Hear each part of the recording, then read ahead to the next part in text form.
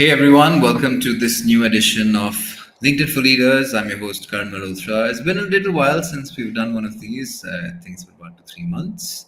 I was taking a little breather from this because I was doing it at a hectic pace of one every week. I think we're going to do it maybe a little bit more manageable at maybe two a month. Would definitely love to have your input on if you've been to any of the ones in the past. Drop us a line in the comments. Like we said, we'd like to keep this very interactive, and it's 30 minutes. It tends to go by very quickly.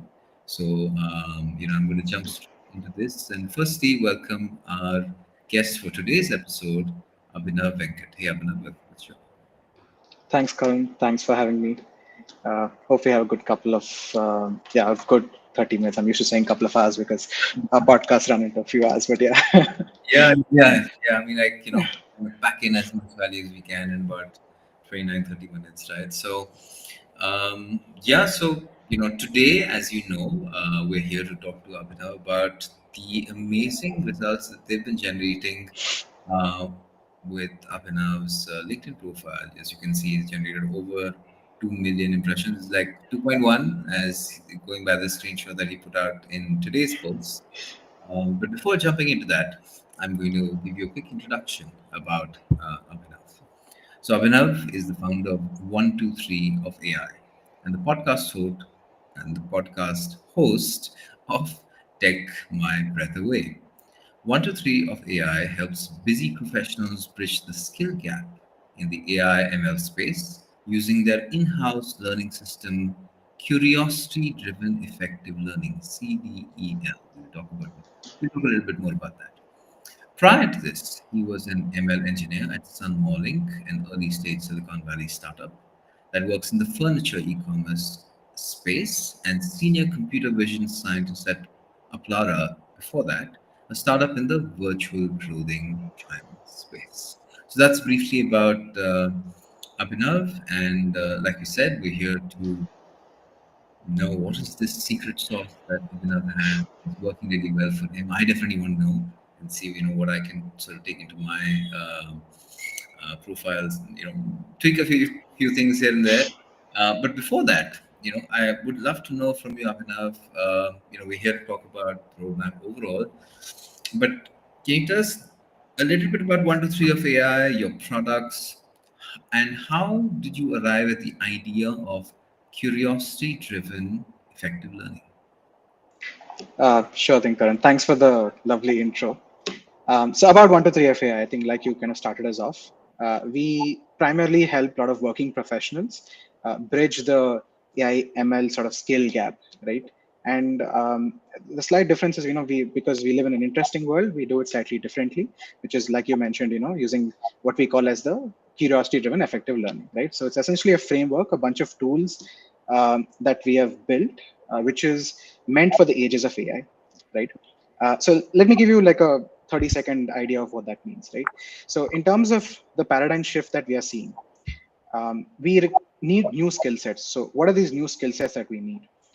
What's kind of becoming redundant, right? Building, for example, is getting highly commoditized because, everybody who has an idea within a matter of, say, a couple of hours, they have something to show for it. They can create something very easily, right? So the how of something is getting easier, but the what and why is getting tougher and tougher, right? So which means that you need a lot of high level skills around, say, design, around production grade systems, privacy, ethics, all of these high level skills.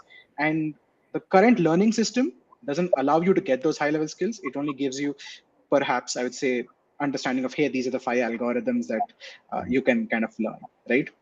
So that's a one on one side, and then on the other side there is you have the other issue that's kind of surfacing is that everybody is super busy, there's dropping attention spans, and there's a general lack of a sense of community. Loneliness is on the rise, and you might be wondering how all of these tie into learning, because what this primarily means is in the upskilling space you have fewer and fewer people completing things because they're just generally demotivated and disinterested, right?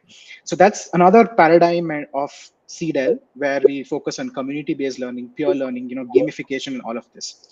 So essentially, the end goal is that we have people who have super deep expertise, because that's going to be the need of the hour once these AI tools mature. And this deep expertise is capable of handling this new paradigm, right? So that's the general idea. And so we have these bunch of tools, and like, for example, our curriculum is very Pareto principle inspired, sort of the 80-20 principle.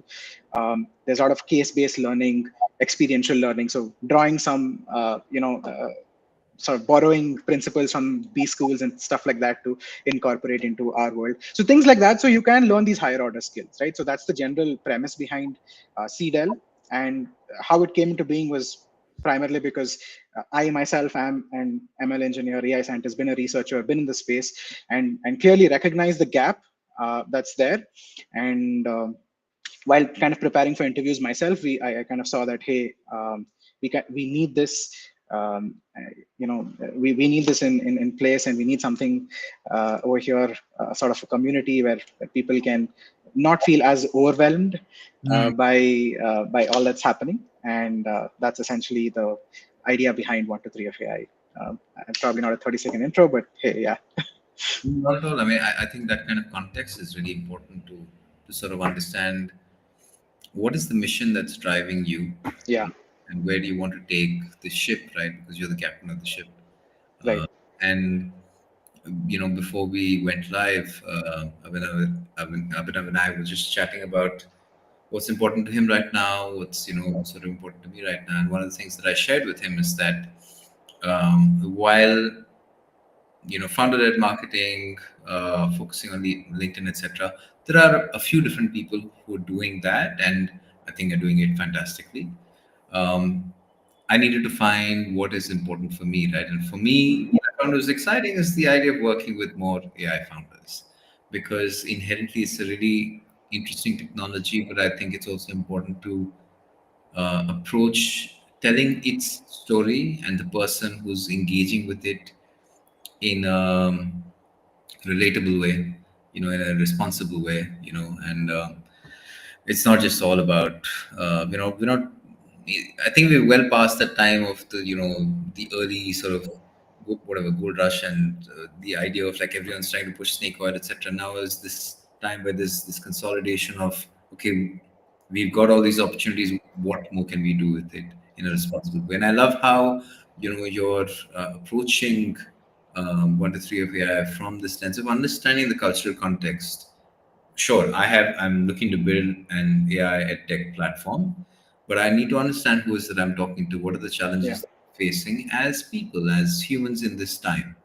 And therefore working with those opportunities and those constraints, how is that I can create something that is amazing? And you obviously are creating something that is getting a lot of interest, a lot of sort of traction. And just like we were chatting before going live also, briefly, if you could share, Abhinav, with this mission, what led you to think that, okay, you know what, I think I should maybe lean into building this narrative or talking about it on LinkedIn? Because there's also this thing that a lot of tech founders, so a lot of tech founders on Twitter, for example, and if yeah, they build, let's say, a B2C kind of community, a lot of people do it on Instagram. uh, right. I obviously am an advocate for founder-led marketing on this platform specifically. Right. Would love to know from you what led to you focusing on LinkedIn, and what is it like in the early days, before you were hitting these big numbers? Yeah, sure. So I think LinkedIn, I mean, every platform I think is suited to different people in different ways. So for my personality and the kind of person I am, I think this is a great platform because the barrier to creation over here is far lesser. All you have to do is just write, right? And that's very easy for me, as opposed to, creating a reel or something of that sort, editing and putting that effort, right? And as a founder or anybody who's kind of juggling between 10 different things, you probably only have a 15, 30, 45 minute slot to do anything of this sort, right? So it's about how you can most efficiently optimize that. And I think LinkedIn was the right fit for me that way. Sometimes, a different platform would be better for somebody else, right?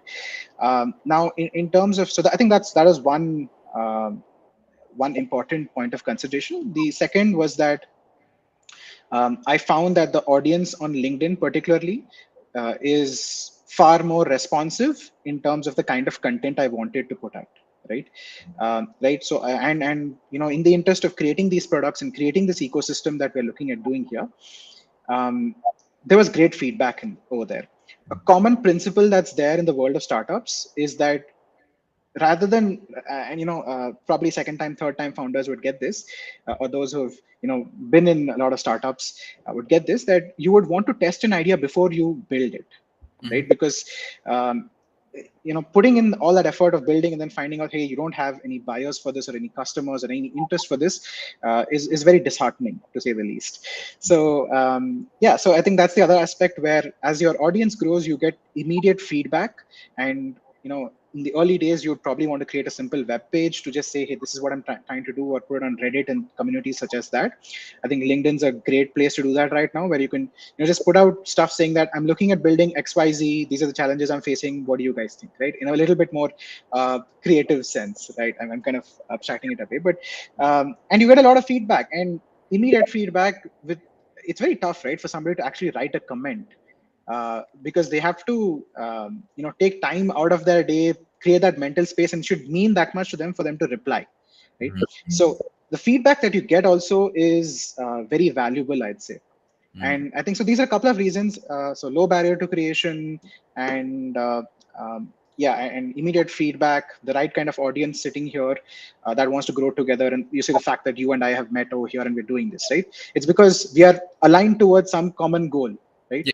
Yeah. So which means that you have the right audience over here. I think that's the other advantage that's there. So therefore it was LinkedIn. Amazing. And, and given that you talked about um, the right kind of audience, and therefore, you're putting something out of value that they resonate with, and then they Correct. take the time. Would love to know a little bit of, who are you specifically talking to? And Yeah. so what, is typically defined as the ideal customer profile, right? And even with what you're putting out there by way of content, you're trying to Yeah. serve, help a particular individual. So who are you broadly talking to, and what was your sort of journey in terms of finding that resonance where they actually engaged, found that that engagement was increasing? Right, right. So, in terms of the problem that we were trying to solve, um, there are a lot of companies who are not approaching it this way, but um, the audience that they are talking to a large extent, tends to be junior level folks, right?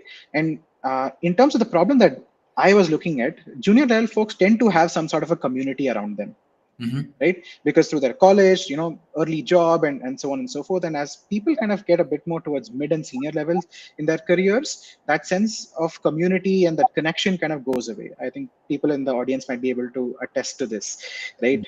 There are probably a handful of friends, that acquaintances, and so on, that you are in touch with right now. So kind of keeping that in mind, we said, let's try to target folks, because I was also in the same bracket, right? Kind of mid-level, senior level experience in the space, looking at kind of switching jobs. But hey, we're kind of lost when we look at all the new stuff that's happening in the space, because when you build and implement something in the AI space, you often get very niche, especially if you build out of expertise. Right. So I had a lot of expertise on the 3D side, through my research. I had a lot of expertise on these virtual try-on problems, and stuff like that, which became very niche. So that's where I said, okay, let's look at these kinds of people. And these are also people who will feel that same sense of overwhelm, because hey, I felt it, right? And let's use me as an example to kind of test this hypothesis out there. And that's kind of how it started. So we're focusing on people who are working professionals, mid-career professionals, and probably 5 to 15, 20 years of work experience. That's kind of the bracket that we're largely looking at. And so these are oftentimes people who are, sometimes mid to senior level implementers themselves, so actual ML engineers and so on, or people across leadership teams, right, which is product and strategy and so on, who are once again looking at understanding, hey, if I had to lead a team of data scientists and researchers and so on and so forth, how do I do that, right? If I don't have the inherent skill set to do that. So that's kind of and the sense of overwhelm and sense of alienation, I think, happens more in a lot in that bracket. So therefore that's the people that we focused on, and it comes out again through our posts, that several times when you target, you see that these are the people who respond because that pain point hits them, Yeah. right? Yeah. So yeah, that's what it is. Yeah. And to people in the audience, I think that what you've heard in the last couple of minutes is a great articulation of clarity on who you're talking to.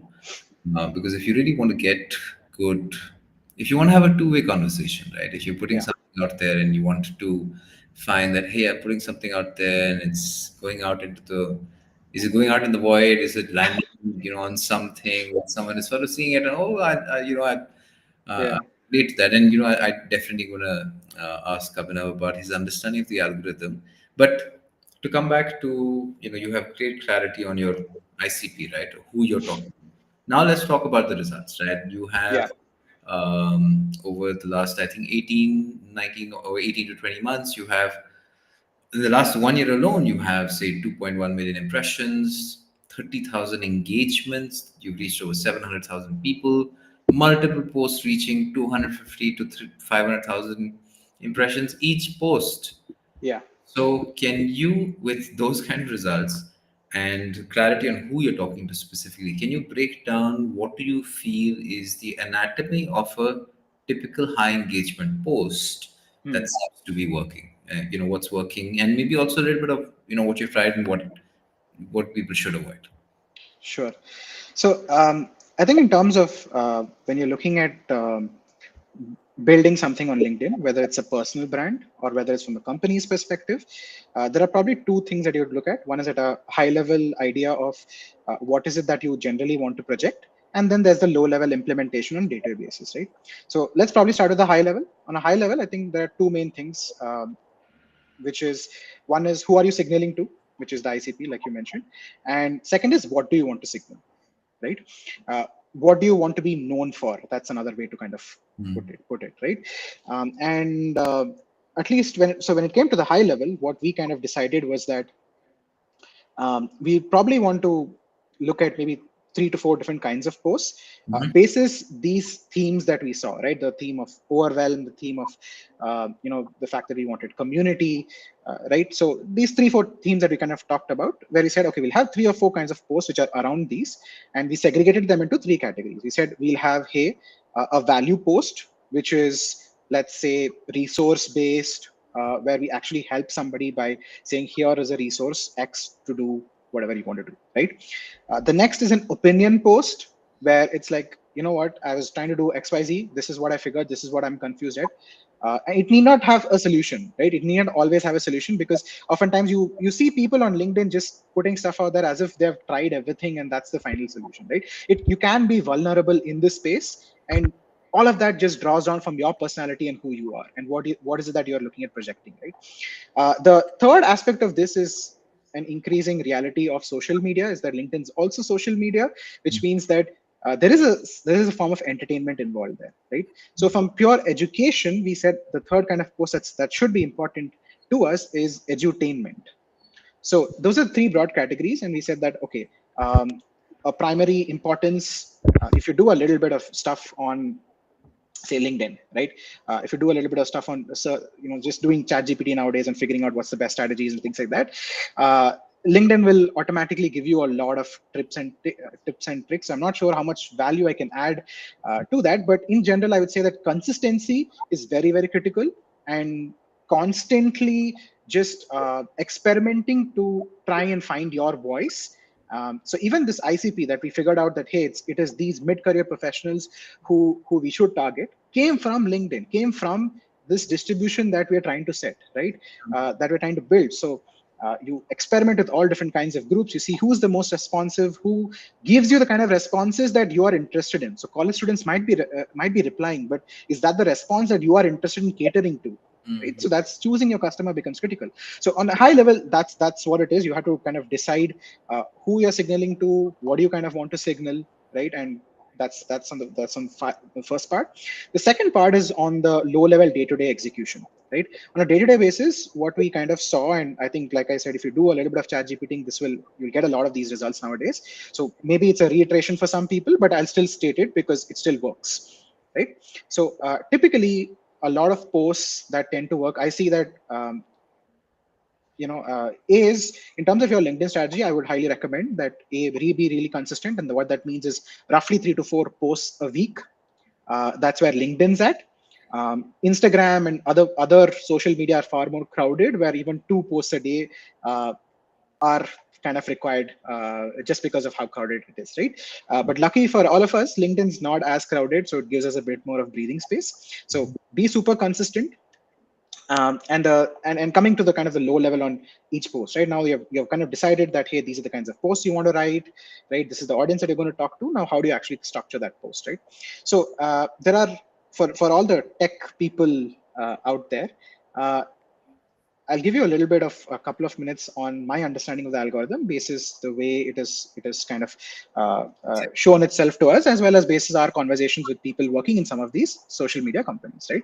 So what typically happens is that whenever you put out a post, it shows it to about 15 to 20% of your audience, right? And basis how they respond, it will then show it to the next 15-20%, next 15-20%, and kind of loops out there, shows it to friends of friends, and so on, right? So which means for your post to get that first sense of not necessarily virality but traction, you should pass the first 15% filter, right? Some instances maybe just shows it to the wrong 15%, which means that your follower list is not the ICP you're looking for, right? Which is also a great indication, which means that you have to go and search for the right people, right?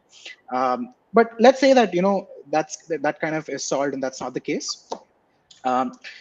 Then comes passing the first 15% test, right? So that's where there are certain metrics which are really great to optimize for, right? So one popular thing that you will hear in this space is something called as dwell time, which is the amount of time that is spent on a particular post, right? Now, this is a social media website at the end of the day, right?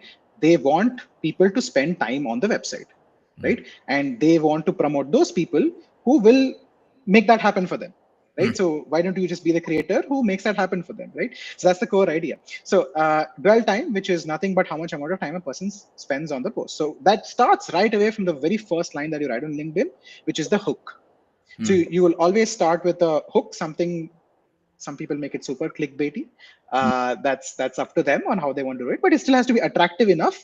Where the first indicator of interest is the see more button. So you hit the see more button, it's the first indicator of interest, and that's a great signal saying that okay, the person wants to read the rest of the post, right? So hook, we start out with that. Then in terms of the structure of the post, typically what I've seen is posts which are not overly verbose, which are large paragraphs and so on. They are a little bit tougher to read. People lose interest. And it would be ideal to keep your sentences short, concise, to the point, formatted in whatever way possible, right? So that's in general about the structure of the post. After the hook, typically it would be nice to have a pain point context set up there, saying that, hey, this is the challenge that I'm facing, right? Let's say we're taking the example of, let's say, the value addition post, right? Or the opinion post. This is the pain point I'm facing, right? And the more relatable it is, the more people will want to read on and the more people will want to comment. So a lot of folks think that the comment comes from the CTA. CTA does impact, right? It does have an impact, no doubt, right? But that intention is already subconsciously set, at least in my opinion, based on how hard that pain point hits the person, right? Even on posts where I don't have a CTA, right, or I don't have, hey, comment XYZ, you would see things taking off to some extent, right? Just because the pain point is relatable, right? The pain point, solution, experimentation, whatever you have as the main content of the post, and that's really critical. So start with the hook, pain point, potentially give some insight, and obviously then end with a CTA, call to action, saying, hey, and I've also been guilty of doing this, that just asking folks to leave a comment and stuff like that, because like we discussed earlier, leaving a comment can be something challenging, especially if it's a meaningful comment, right? Nowadays you see a lot of AI comments in there where it adds value to nobody. Yeah. Like zero, right? Feels like rubbish. So which means that the content of the post should actually have true value. I think that's at the underlying part of the entire ecosystem. You can't just keep writing random posts and your audience comments unless there is something inherently right about what you're doing. So maybe there's a very strong opinion that's going across all of your posts, right? There's something right. Only then I'd say the algorithm is never wrong, almost in some sense, right? If it's rewarding, it's never by luck, it's by design. So so that's at the sort of low level. So high level, you kind of address it in terms of who you want to signal, what do you want to signal, and kind of break down consistently on what are the kinds of things that you want to do. And at a low level, most posts you structure it this way, you'll be able to do pretty well. One thing that is seen on LinkedIn, even though I don't like it, is that oftentimes when it's accompanied by a photograph, by an image, it's slightly better. Yeah. And if the image for some reason has a person in it, it's even better. For whatever reason, they are promoting what they want to promote at this point in time, so therefore that's how it's working. Yeah. So that's overall about a high engagement post, right? And the engagement goes up as the value goes up. It's as simple as that. It's about, why would somebody write a comment? Why would somebody hit? So even in terms of engagement, there is a hierarchy in the engagement, right? Hmm. Hmm. So there are 10 types of likes. There's a like, there's a celebrate, there's a love, right? They're all not equal, right? Hmm. Because it takes that extra effort to go and click on the fourth type of like, right? Hmm. Which could even be a hate, doesn't Hmm. matter, but there's take some effort, right? Which means it's sparking conversation essentially, right? Correct. And then perhaps comes the repost, and then after that perhaps comes a comment, and then within comments as well, is the comment unique enough? Is it actually adding value and promoting further conversation, right? So that's largely it, which means that more value, more likely you will see people commenting. Now there are tricks to make people comment, right? That's of course there, That's but how. what are some of the tricks? Okay.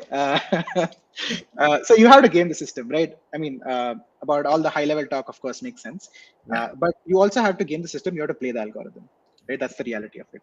So, which means that engagement is sort of the name of the game. And the more you get people to comment, the more you get people to engage your post, the better it is. And what typically allows that, in the early days, what I used to do is I used to, let's say, post on LinkedIn and share it across all of my social media, share it on my personal WhatsApp, right? Share it everywhere. So whatever little bit of juice kind of comes in from those places, I'm happy to take it, right? Now, as your audience matures, that is probably not as much necessary, because you don't need the support of your friends and family as it kind of matures, right?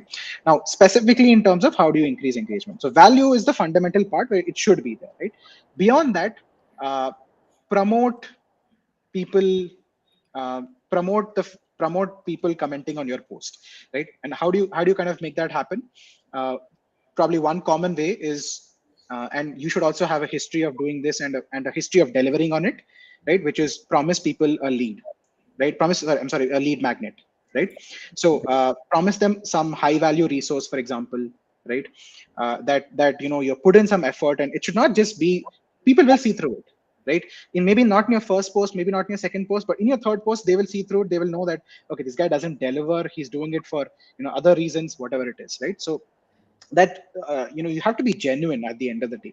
At least that's my philosophy. Those people who end up still it works for them, it's, I don't know, it's up to them, right? That's their philosophy, they live by. But have high value, uh, and exchange something, uh, exchange some information from the user for that lead magnet, right? So tell them, hey, I'm going to give you this super amazing resource that I just put in a lot of hours to build. Here is how I built it, right? This is the hypothesis, this is the problem I faced, and therefore I built this resource. And if you'd love for access to this, hey, you can so in case of Instagram, it allows for a little bit more privacy, where you can say, hey, if you drop a comment, there are automated tools that can DM the person. Unfortunately, on LinkedIn, that's not possible. You have to connect to the person in order to reply back. So therefore, the thing that I adopt is, I say, hey, just drop your emails in the comments, right? And that works really well, because now you understand how important it is for a person. They're not just dropping a comment, they're dropping personal information on a public forum, Hmm. Hmm. Hmm. right? So some people have contacted saying that, hey, I don't want to drop this here, can I send it over DM? Which is fine, perfectly fine, right? But if somebody is doing that, that's increasing your traction and all the parameters we just talked about, right? It has to be a comment, a unique comment. Email addresses are unique comments, right? Promotes engagement. Sometimes some people have some thank you messages and few other things in there. So all of that. So that's I would say one trick which has worked very well. And to a large extent, the better the lead, the more the engagement. The better the lead magnet, I'm sorry, right? The more the engagement. What you're offering should fundamentally have value, right? Maybe you get away with it once or twice, but yeah, beyond that, you still have to add a lot of value to people to make that happen. You can sort of hook people into opinions and stories and stuff like that also, in addition to this. So, for example, you can say run a continuity series saying that, hey, this is post 1 of 10, link these posts together, right? So it's a sense of community that you also end up building. Maybe the first post doesn't kick off, but you might see the seventh post kicking off, right? Just because somebody might say, hey, I've been viewing this for really, really long, and they drop a super detailed comment on the seventh post, and their audience sees it, and then it just spirals away, right? So, and then, that leads to traffic to the rest of the post and stuff like that. So that can also happen. But the largest trick that I see is add tremendous amounts of value, exchange that value for some personal information by which you can contact and deliver that value, right? That's the largest trick I would say that works. It's a trick if you think of it as a trick, but yeah, um, that's a couple of, and the other parameters help, of course. The way the post has to be structured and all of that, it still continues to be relevant and important. Got it. Fantastic. And we're actually, as I said at the outset, these 30 minutes go by very quickly. We're already 1 minute over time. But what I'd Cool. like to, Abhinav, because, I think in the last 5-10 minutes, especially, you've sort of really broken down a lot of detail. I do want to, folks in the audience, we're going to go over maybe like a couple of minutes more, maybe 3-4 minutes, if that's okay to Abhinav as well. Sure, Um, sure. just want to understand about your creation process, because if you're saying that the inherent intent is have clarity on your ICP, really drill down on that, think of how you're going to structure your post. And let's say if you're creating lead magnets, you want to exchange, you want to create a tremendous amount of value, for someone to actually, put in a unique comment, and an email ID is obviously a very unique comment, and even things like them scrolling to pick a heart button versus just like a default like, right? So how do you approach your content creation, for example? So two parts to that. One is, what is your process for content creation in a week, or in a month? How do you plan your posts? How do you create plan your posts? And the other is, in a month, as you've seen, because you obviously do a fair number of lead magnets, how many have you found to work? How do you approach that? Sure. So I think just doubling down on what I mentioned earlier, right? You got to experiment a lot. And you have to stay super consistent until you figure out your voice and what works for you, right? So that is the overarching theme in general. Um, in terms of how I would say structure my month and week, right? Initially, in the early days, I would religiously try to post on specific days and be super punctual about it.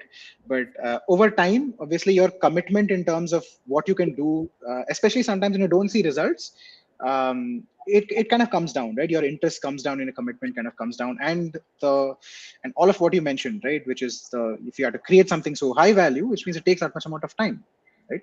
So all of that remains true. But over time, this is what I've found, and which is lucky for us, is that um, they kind of go hand in hand, which is the value that we are creating comes from our products and services. So which means I'm working on them almost on a day-to-day basis, so it's easy for me to talk about them. So in terms of the creation process, I don't have a lot of extra effort that's required. Sometimes, certain features and stuff like that we build into the product is built keeping in mind that this could be a great hook, lead magnet, or a great way to get a lot of people on. An example is our platform. We have already talked to lots and lots of companies, gotten interview questions, written answers to them. It's already there. Everything's there. 700, 800 odd questions are there for somebody to become an ML engineer, right? Great traction, works well, right? But the moment we said that, okay, let's create these lists, which are what are I'd say similar to what's there in the software engineering world. People are something people are already familiar with. Any tech guys over here, tech guys and girls here will recognize the grind 75, blind 75. These are lists which are really popular. So I said, let's just use the same branding that they've done, create a much smaller version of the same thing, and push that out on LinkedIn. So small product feature that is aimed towards growth helps growth on LinkedIn as well, right? So that's part of the creation process, right? Now, if you are doing this on the side, then you have to figure out how do you create that high value magnet that's there. So right now, when it comes to actually writing down the posts, typically I would say a great cadence would be 3 to 4 times a week, but I'd say don't beat yourself about it if you're not able to hit it, because let's say you miss a couple of weeks, it's not going to affect the overall. As long as you're following the fundamental principles, you will see that some post kicks off and overcompensates, right? And Mhm. sometimes as a creator, you have to give that breathing space, because if you're continuously posting, continuously creating stuff, you kind of run out of ideas and you almost hit a writer's block in some sense, right? To creatively present something interesting. So it's okay to take a couple of weeks, take a break. But in general, and if you look at the last 1 year, you would see that more often than not, you would see some post on a weekly basis from me, right, or the team, right? So that's on the consistency part. And in terms of structuring, usually I don't typically spend more than 30 to 40 minutes on any post. And sometimes if I have an idea during the day or during the week, or in some conversation, typically would jot down those ideas on Notion, and they become some sort of a repository to later on expand on. So that's one way of working. And some other times, which is nowadays more often, is that I would just write whatever's in the top of my mind, whatever I'm currently working on that's just pissing me off, right? That's just irritating, and that kind of a lot of people would relate to. Uh, Yeah. and that's the other part of it. So yeah, that's the creation journey. Yeah, the value part of it in terms of what you offer, and in terms of how you would go about it day-to-day basis. So 30 to 40 minutes, probably I'd say an average. If some posts might be faster, 10-15 minutes, if you already know what you're going to communicate. And just on that, lastly, when you're saying you're doing about 3 to 4 posts a week, and if you're doing about 10 to 12 posts, let's say a month, right? Yeah. Um, are you then doing the writing in chunks? Like, for example, you've got that Notion repository and you have, like, say, 20 ideas over there. Then do you like spend like a Saturday morning, you create Mm. a bunch of them and you schedule them? Or do you like, okay, you've got an idea of what you're going to write through the week, you just spend like 20, 30 minutes on each day and sort of push it out? What's the approach that works for you? Yeah, it's a mix of both, depending on how my coming weeks are structured. If I feel that it's going to be too much of a context switch, because as a founder, you have to switch between several different functions during the day itself, right? One meeting goes from marketing to product to customer service and so on and so forth, right? Which means if there is something critical that I need to kind of spend some hours on deep work, then I say, hey, probably this is kind of a distraction for me. And if I foresee that happening in the week to come, I'd probably try to schedule and write a couple of things in advance. So that's usually how it's structured. It's oftentimes not as planned. I'd like it to get a bit more planned around that, but that's yeah, it's kind of a hybrid approach. Um, I'd say 70% of the time it's usually on that given day. Um, Things are created. 30% is in advance. And last question, how what is your approach to DMs, like messaging in Hmm. DMs? What is your approach there? So I think again, the content part of it and how you reply, all of that, um, it draws down from your personality to a large extent. I think some people are okay leaving other people unseen and not replying and so on. I believe that if it is within my time limit and it's possible for me to reply to somebody, I do take the effort to do that. Also because it's very important at the stage that we are, we can do that, and that's also a lot of feedback for us, right? We understand what's working, not working. In addition to solving something for somebody else, I can ask cross question them on something else on our platform that I have been thinking about, Hmm. right? So it gives me an opportunity to open that conversation as well, which is why I try to reply as much as possible to the DMs. And the same goes on comments as well. In case there is like too many of them, then of course it gets challenging, in which case I might miss a couple here or there. So if somebody wants to remind me of stuff that I've missed out, then I'd be happy to reply back. But in general, I'd say it's always good to reply, and you'd find that these people you reply back to, they are your strongest promoters of future posts. Amazing. That's a great insight. Yeah. So, say for example, you and I have this conversation. Just because you send that connect message, and anytime I probably put out a post in the future, you have it at the back of the mind. Hey, I've talked to this guy. This is something interesting. Maybe I drop a comment. Maybe I drop a like. Whatever it is, right? So there is that subconscious rapport that you have built with the person, because of which you've added value to them as well. So I don't know if it's a growth hack, but I certainly think it's a good to have. It's a good to do. No, and where. I just want to say to the audience, the few that are here, I appreciate you being here. You obviously, this is there's a recording available. You'll be able to watch this. We do have one question, and it talks, a little bit to something that a word that you meant, just sort of spoke of cross cultural, but Monica's asked, what about multicultural posts in LinkedIn? Is it okay to share, for example, marketing strategy posts focusing on a niche audience? Does this alienate other audiences? Do you have some thoughts on that?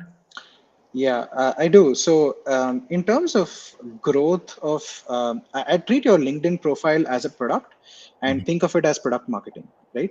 And when you typically want to, at least this is my approach, and I found it to be super effective. You can experiment. I'm sure there are multiple ways to build the cat, right? So, what I'm largely saying is that go as niche as possible, and if you're having even 100 people that you add tremendous amounts of value to, I think that's a huge win. And you can scale up from there, because those 100 people are going to give you such nuanced feedback, personalized feedback, that it is going to drive the rest of your content engine for the year. So it will not necessarily alienate the other people. Maybe you even find the right audience to write to, right? And again, it's a matter of testing to figure out, which audience works and so on. But I'd say 100% go super niche, own that niche, and be known for, X in that niche.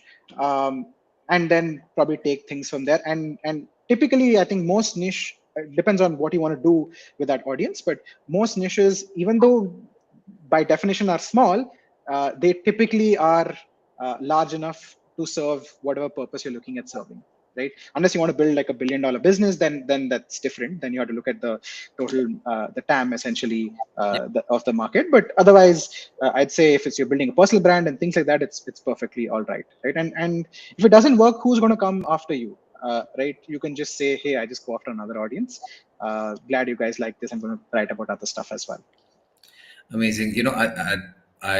We're 12 minutes over time. What I do want to highlight over here is for the people who've been listening to this audience intently, appreciate you being here. What really stands out is Abhinav obviously takes a deep approach to driving value in all interactions, right? And I think that also comes from that. In my experience, it's not something that can be faked, at least not Yeah. easily, and one thing that Abhinav mentioned a little earlier was that they try and simplify the value delivery by focusing on, okay, we're creating so much inherent value in our product itself, right? Mm. So and then let's take a portion of that and then sort of share it online. So therefore, if you're thinking about how is it that you will create this content engine and manage it, sustain it, if you are inherently create your day to day, you're Yeah. you you're immersed in what you do and you love what you do and you're creating a lot of value, it's just about sharing a slice of that outside, and I think Abhinav has been doing it fantastically. They're obviously onto something with 1 2 3 of AI. Abhinav, thank you so much for your time over here. I do have one question, but I'm going to be, why not? I'm going to ask you if you would be kind enough to answer it in the comments, Sure. which is because I'm really curious to know, given this approach that you're taking, what is your how do you see AI and EdTech going? And what is 1 to 3 of AI's sort of role into that? Can you give us like maybe a quick one-liner and any additional thoughts maybe in the comments? So you're saying the role of AI in edtech? Yeah, probably. So yeah, a lot of problems in edtech, right? Trust, transparency, completion rates, how are outcomes kind of measured, how are digital versions, how are they working in comparison to in-person versions? A lot of problems in edtech. I think AI has the potential to solve a lot of these problems. Yeah, you can do things like personalization, right? In terms of how material is delivered. You can have stuff like intelligent tutor-based systems, and things that you understand X better than certain things better than I do, right? And maybe that whatever I don't understand, that's what my content should be kind of focused on, right? And the kind of visual, maybe I'm a visual learner, you're an auditory learner, right? So all of that. So there's a lot of potential, and I think I see a lot of companies doing as well, getting into that space. We ourselves are trying to do a lot of personalization, and the eventual goal is also personalization at scale, right? We're doing it on a on a smaller level now? Can we make it happen at scale? That's largely what we're trying to accomplish through one of our platforms, Q&A Lab. So yeah, it's here to stay.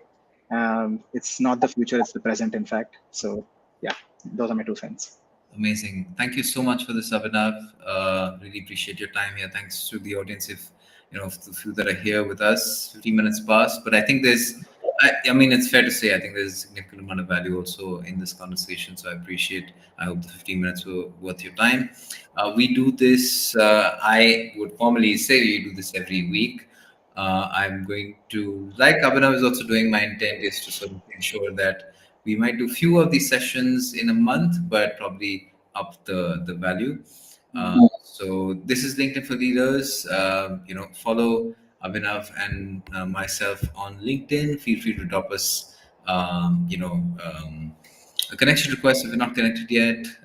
Follow what we're putting out there, and have a nice rest of your day. Thanks, Abhinav. Have a good evening, and speak again soon. Yeah, thanks, Karan, and thanks for everybody for joining in. Thank you. Thanks. Bye bye.